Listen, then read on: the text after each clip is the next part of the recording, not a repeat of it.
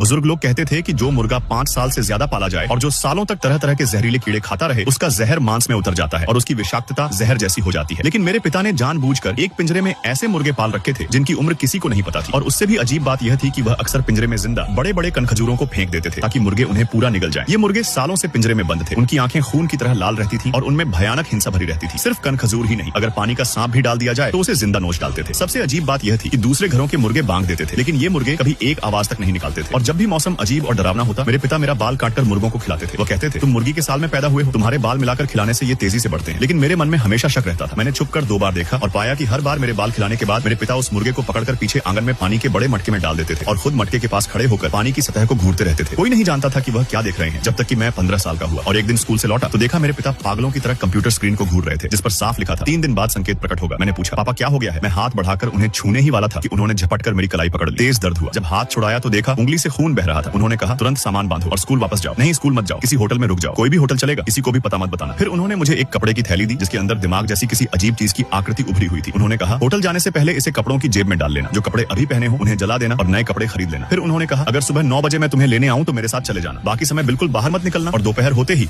वहां से निकल जाना। मेरी नोटबुक में लिखे पते पर अपने बड़े पिता के पास जाना। उन्होंने मुझे एक चाकू दिया और कहा, अगर कोई तुम्हें पकड़ने आए तो पूरी ताकत से वार करना और तुरंत भाग जाना। इतना कहकर उन्होंने मुझे बाहर धक्का दे दिया और दरवाजा जोर से बंद कर लिया। मैंने कितना भी पुकारा, उन्होंने पलटकर नहीं देखा। उन्होंने कहा, याद रखना, अगर कोई परछाई में खड़ा होकर तुमसे बात करे तो जवाब मत देना। मेरी बात मानो, वरना मुझे अपना पिता मत मानना। मजबूरी में